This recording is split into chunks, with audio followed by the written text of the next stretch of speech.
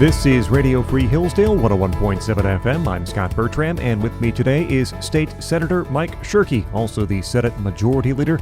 Find him at senatormikeshirkey.com or on Facebook as well. Senator, thanks for joining us. Thank you, Scott. It's a pleasure being on your show, as always, and I can't imagine that we have much to talk about. Well, I just wish we had more time. That's right. Big news, of course, very recently, the Michigan Supreme Court ruling that Governor Gretchen Whitmer violated her constitutional authority by continuing to issue orders without the approval of state lawmakers, essentially throwing out saying that she was not allowed to do so under the Emergency Powers Act and throwing into question, if not outright eliminating, the executive order she's issued thus far. Your reaction to that ruling?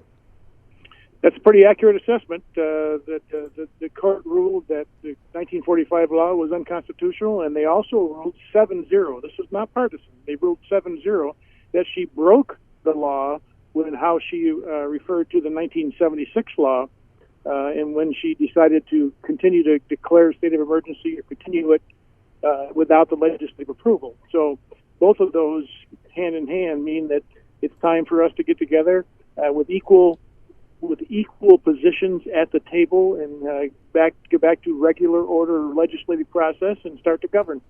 All right, I want to get to that in a moment. The governor argues that she has, 21 days in which the orders will remain in place. And in fact, I believe she also argued that her powers will remain in effect for those 21 days as well. Do you believe that to be true? No, in fact, she hasn't gone public yet, but for all intents and purposes, in conversations between her staff and my staff, they've acknowledged that that was a Hail Mary overreach, and after studying it, they've concluded that that's not the case at all.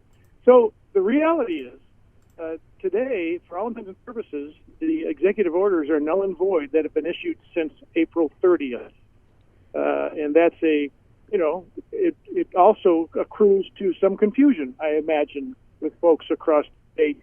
And that's why I'm giving an impassioned plea to people to say, listen, we all know, we've all learned more, and we understand better what this COVID really means, and we should respect the policies and protocols of every organization that we interact with. If they think that, if a restaurant owner thinks that they want to reduce their capacity and ask people to wear masks into their facility, then we should honor such. The same way with schools. Schools are going to have their protocols in place that they have had now since school started, and nobody should buck those. They can challenge them through the right process and get schools to change them if they'd like to, but everybody should honor them as they've been prescribed, but they're no longer mandates. Let's talk about that. Moving forward, you mentioned schools. Let's go with schools. The governor just recently ordered that all school-age children, all the way down to kindergarten, wear masks all day long. I speak only personally, but I know in my children's school, they've lost a number of families since that order because with the younger children, they don't want them to be wearing masks all day. It's uncomfortable. They don't like it. They're having problems with it. So they pull their children out of school and doing virtual remote learning now. Is that type of order, what happens to it at this point? The order is gone. There is no order. And so schools now have to reflect on what they want to enforce and what they don't want to enforce. This is really the essence of the issue. Mandates don't work that well with American citizens, first of all. Secondly, when you have a mandate, it is almost impossible to broadly and effectively enforce. That just, takes the teeth right out of it, and it causes people to, question the integrity of the governing body that's issuing the mandate. But there is nobody should be concluding that COVID isn't real, it isn't highly infectious, and that we should still all take personal responsibility for how we react when we're out with people. So, schools will have to evaluate what they want to continue to enforce and what they don't. State Senator Mike Shirkey with us here on Radio Free Hillsdale, 101.7 FM. The governor also has said that she'll try to implement some of those policies that were done through executive order in different ways. I haven't seen specifically what ways she intends to try to use to put those orders in different language or through different perhaps departments. What have you heard on that? What do you think that she still is able to do on her own? And then we'll talk about what perhaps you guys can do together. Yeah. So already the Public Health Department of Oakland County have instituted a mask mandate that closely parallels what the governor's executive orders reflected. And the public health departments in other counties, I suspect, will follow suit. I predict that Ingham County will do the same, maybe even as of today. Those will be challenged, I suspect, also by citizens. And so, there'll be another levels of confusion. Additionally, the Department of Health and Human Services in our public health code does have some latitude in doing executive orders in the best interest of public health. But there are some very key words in that statute that we've got to all pay attention to, because it essentially says they can issue executive orders on things that may interrupt the delivery of essential health services.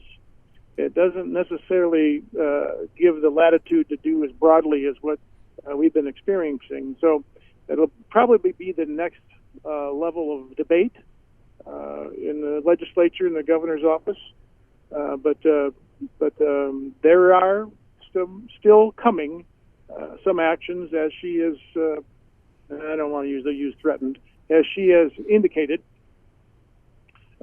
because of the latitude provided in statute and in the public health code. So now let's talk about what might be done from a legislative, from a more normal series of events as to how these things might get done, which is through the legislature and then on to the governor's desk. You've indicated you're willing to talk, that the phone line's open to see what might be able to be done. I believe I read a quote from you saying that a statewide mask mandate, though, is something that your body, at least in the Senate, would not be interested in doing. What do you think discussions between you and the governor might lead to?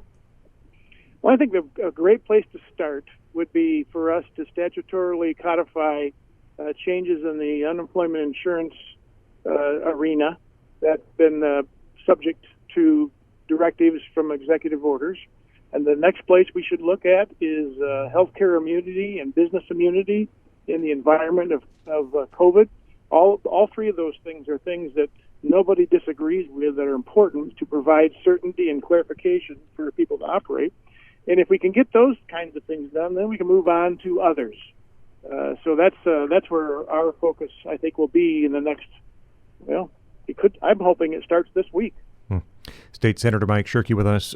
When it comes to executive power, the executive power of the governor during emergencies, how does this Supreme Court ruling affect the way that future governors, or I suppose this governor also, might be able to act in future emergencies, and how long that power might be allowed to continue? Well, unfortunately, I'm going to change topics on you slightly, but it's related to your question. Unfortunately, the announcement and decision by the Supreme Court overshadowed another rather remarkable event that occurred on Friday, and that is that the citizens of Michigan, right, in a broad-based, highly organized, and highly impassioned effort called Unlock Michigan, collected over 530,000 signatures to repeal the 1945 law. So now we've got the Supreme Court saying the 1945 law is unconstitutional, and on top of that, we've got a citizen initiative in front of the legislature, or it will be soon once the signatures are certified, to repeal the law. And so, I believe those two actions will result in the law just not being available to any future governor. None of us disagree with the way the 1976 law is written, and that is when an emergency presents itself, then a governor can determine to declare a state of emergency and do so pretty much unilaterally, but only for 28 days. And after 28 days, any extension must include the approval of the legislature. And so that's the new environment that I believe we're now going to be operating in, and I believe it's a more healthy one. You led me into my next question, which was about Unlock Michigan. So what the Supreme Court ruling, Michigan Supreme Court ruling on Friday, essentially doesn't change anything with what Unlock Michigan has been doing or what it might do moving forward. That's correct. And here's why it's important for us to complete the wishes of those 530-plus thousand citizens who are endeavoring to present that to the legislature and officially and formally repeal the law, to remove it from the books, because there's nothing saying that a future Supreme Court could reverse the decision of this Supreme Court and then put us all back into the uncertainty of a governor abusing it,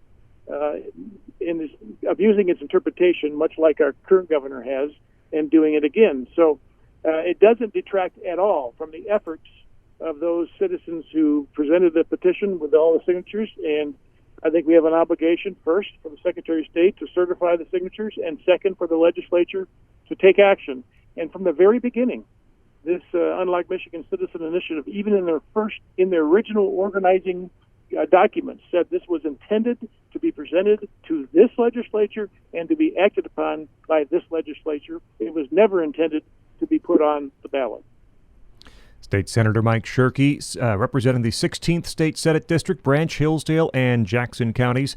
You can find him at senatormikeshirkey.com or look for him on Facebook. He's also the Senate Majority Leader. Senator, thank you for joining us here on Radio Free Hillsdale 101.7 FM. You're welcome, Scott. I look forward to their next conversation. Have a great day.